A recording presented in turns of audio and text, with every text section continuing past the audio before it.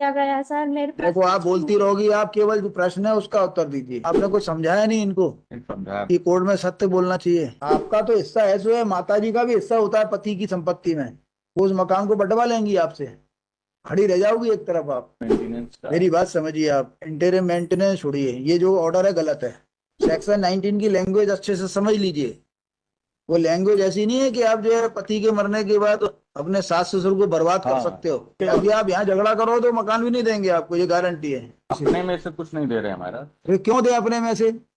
दादागिरी से थोड़ी मिलता है। मतलब हमारे दो मकान थे। एक मकान मांगी रहने के लिए, तो मैं मकान दे दिया इसको रहने के लिए।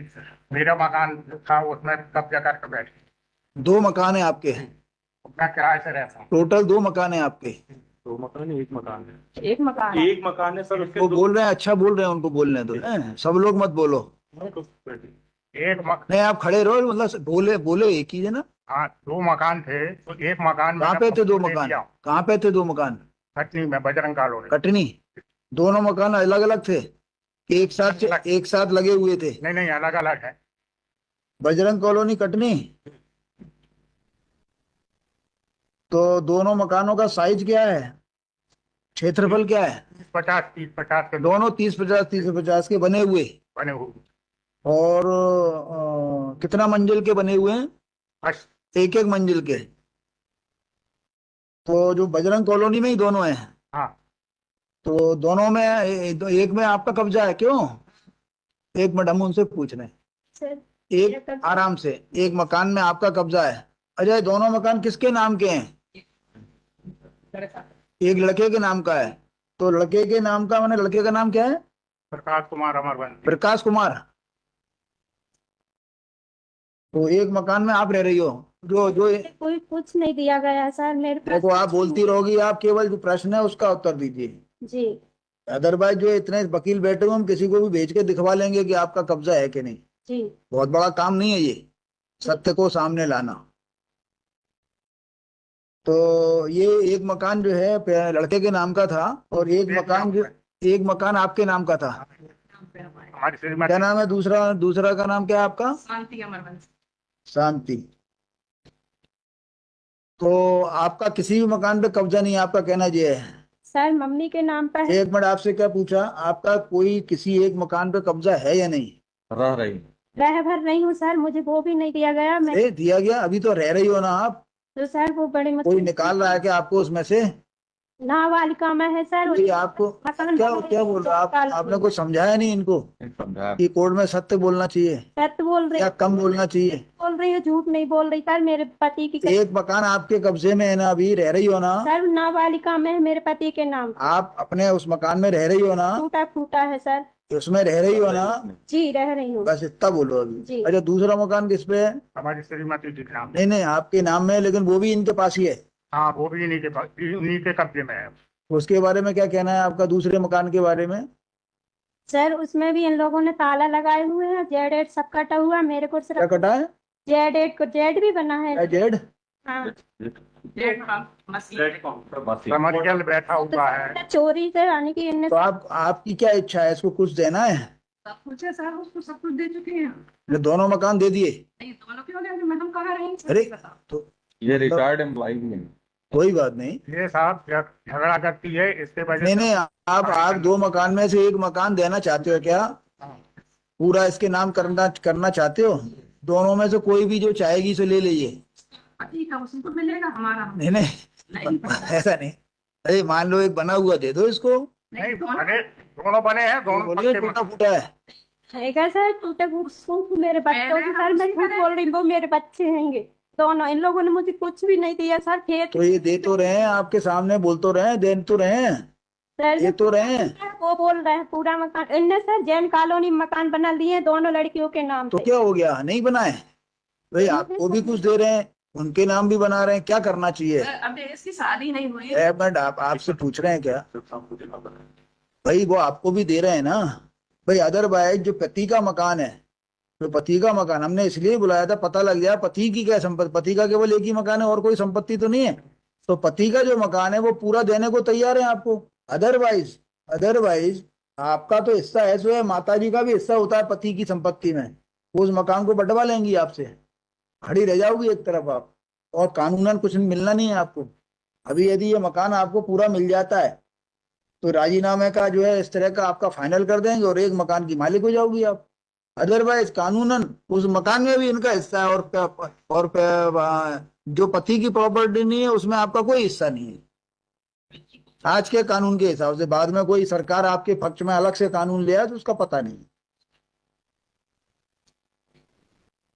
आपको कुछ समझ में आया वकील साहब? इसमें इंटरिम मेंटेनेंस का मेरी बात समझिए आप, इंटरिम मेंटेनेंस छोड़िए, ये जो ऑर्डर है गलत है prima facie.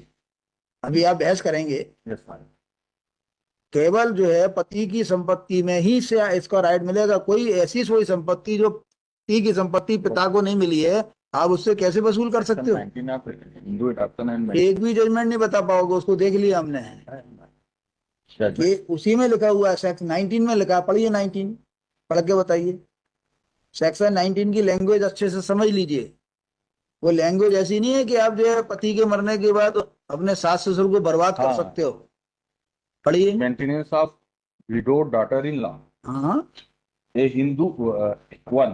A Hindu wife, whether married before or after the commencement of the said, shall be entitled to be maintained after the death of her husband by her father-in-law, ठीक है। provided and to the extent that she is unable to maintain herself out of her own earnings or other property, or where she has no property of her own, is unable to obtain maintenance.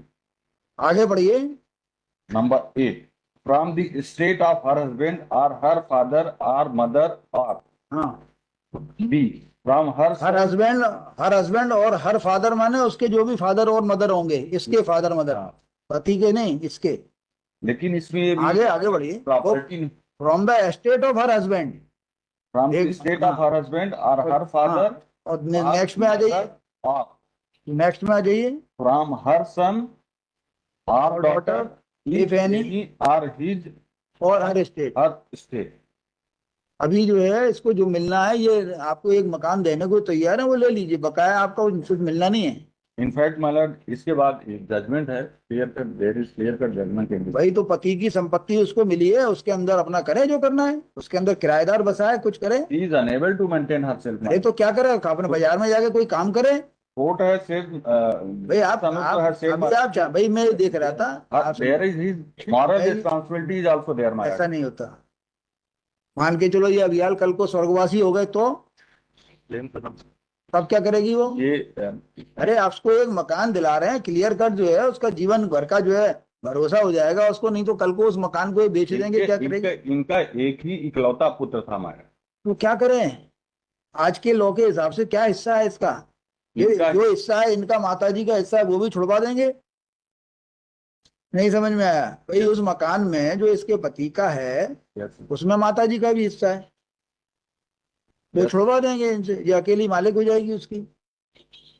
क्या problem है इसमें आपको? But मैंने maintenance is to भाई आप देखो, अभी ये बोल रही है मुझे कुछ भी नहीं दिया, कह रही है ना, तो अब वो देने को तैयार है एक मकान 30 बाई 50 का। एक मकान में रह रही हैं तो क्या करे, रहने के साथ खाने पीने का वही। पूरा नहीं दे रहा सर, जी अब आप नहीं पूरा देंगे, पूरा बोल तो रह रही है पूरा देंगे। 30-50 का भी पूरा नहीं दे रहा सर, जो मेरे पति के नाम पे है आधा, 30 बाई वो 30 बाई 50 का पूरा देंगे ना, कह तो रहे हैं।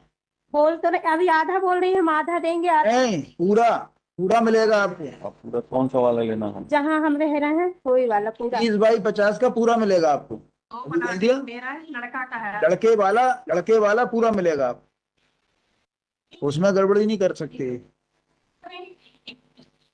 इस पे विचार कर लीजिए वकील साहब, इसको बड़ा एडजन कर देते हैं अभी 1-2 दिन के लिए। अदरवाइज वो यदि ये इसमें क्या ऑर्डर लगाया हुआ माइलर, देखिए इसमें क्या ऑर्डर होगा मुझे नहीं मालूम, लेकिन 30 बाई 50 का एक मकान मिल जाएगा, इसके भी काम आएगा, इसके बच्चों के भी काम आएगा, ये माइलर और free from this Anwar court has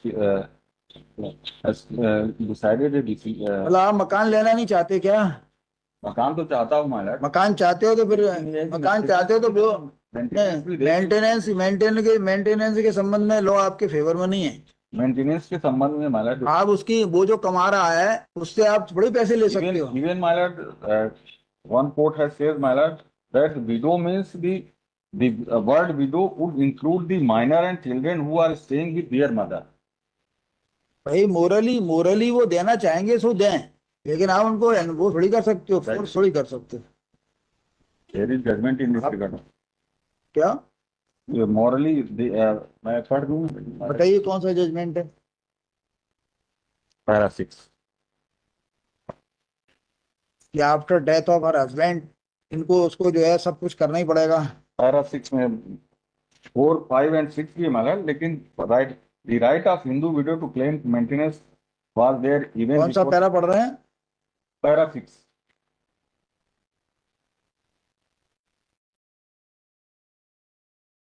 The moral obligation of the father-in-law to maintain the widowed daughter-in-law also existed. भैया इसके अंदर लिखा हुआ है वो को पार्टनर था, प्रॉपर्टी थी उसकी, आप बिल्कुल अलग बात चल रही है, इसके फैक्ट ही अलग हो जाएंगे। Yes. इसके अंदर उस प्रॉपर्टी के अंदर वो क्या था, हस्बैंड जो था वो एक प्रॉपर्टी थी, उसका को पार्टनर था, और अभी उसका बंटवारा नहीं हुआ था, तो बिकॉज को पार्टनर था और उसका बंटवारा नहीं हुआ, तो उस लाइट में वो प्रॉपर्टी उसकी ये थी। प्रॉपर्टी इनकी एक्सक्लूसिवली जो ये दे रहे हैं केवल इनके हस्बैंड की है। नहीं, हस्बैंड की थोड़ी, हस्बैंड के मरने के बाद इनके हस्बैंड की माँ पे भी जाती है, क्लास वन ईयर है। आप इस जजमेंट को कहां से लगा लोगे? ऐसा कोई जजमेंट, आप सिंगल जजमेंट ले आइए कि जो है after death of her husband she is entitled for receiving the maintenance amount from her father-in-law even if there is no property left by husband। ऐसा जजमेंट बता दीजिए कोई हो तो। आप ऐसे जजमेंट लगा रहे हो जो आपके खिलाफ है बल्कि ये तो। इनफैक्ट मतलब ये दोनों के लिए एप्लीकेबल होगा, क्योंकि माँ के लिए भी निकाल। देखिए आपके खिलाफ तो मैडम उस दिन जो निकाला था ना एक जजमेंट इस पॉइंट पे है क्या अभी? और ये आपके खिलाफ ढेरों जजमेंट हमने पहले देखे थे। पंजाब हरियाणा हाई कोर्ट का है बहुत। और देखिए ऑप्शन इज विद यू, आप मकान लेना चाहते हो, राजीनामा करना चाहते हो, या लड़ना चाहते हो जिंदगी भर, तो हमारा इसको एक हफ्ते बाद रखें, क्योंकि अभी आप मकान तो अपना सेव करो भाई, कल को अभी आप यहाँ झगड़ा करो तो मकान भी नहीं देंगे आपको, ये गारंटी है, परेशानी होते रहोगे। अरे हो ही नहीं सकता ऐसा, मेरा खुद का मानना है। अदरवाइज ऐसा जजमेंट यदि हो गया फिर तो जो है कोई किसी को चैन से जीने ही नहीं देगा। हाँ सही बात है, किसी बहू भी कर सकती है ससुर। ऐसा नहीं, आपको आप बोलने की जरूरत नहीं है आपको। और सर मेरे बच्चों को पालन पोषण का लगा सर 6 महीना हो गए, इन लोग कुछ भी नहीं दे रहा मेरे लिए। नहीं अरे आपको मकान मिल तो रहा है, उस मकान में आगे किराएदार बसा दीजिए और सर इन लोग इसे लोन ले लीजिए, आप कुछ काम करिए, ऐसा थोड़ी होता है। मारते सर इन लोगों ने मेरे पास मोबाइल इतनी गाली गलौज बहुत मारे टोरे जैक्सन यहाँ जाके इन लोग के पास। आप कुछ काम भी करिए, ऐसा थोड़ी होता है कि अब इनके ऊपर भरोसे रहोगी। पति एक्सपायर हो गया, मकान छोड़ गया, आपके लिए दे रहे हैं, क्लियर कर रहे हैं मकान, और क्या चाहिए भाई? सर अभी मेरा 6 महीना का खर्चा लगा है और इन लोग को ना मेरे बच्चों के लिए दिलवाइएगा। इन्होंने जो स्टे मांगा हो मैडम उसको कंप्लायंस नहीं मिलेगा, अभी तक इन्होंने एक भी मेंटेनेंस नहीं कुछ नहीं किए सर, और ना मेरे को दिए कुछ नहीं है। 10,000 का आदेश वो अलग बात है, पहले आपस में ये देखो मकान चाहिए या नहीं चाहिए, बकाया इसका डिसीजन हम कर देंगे, हमें कोई प्रॉब्लम थोड़ी है।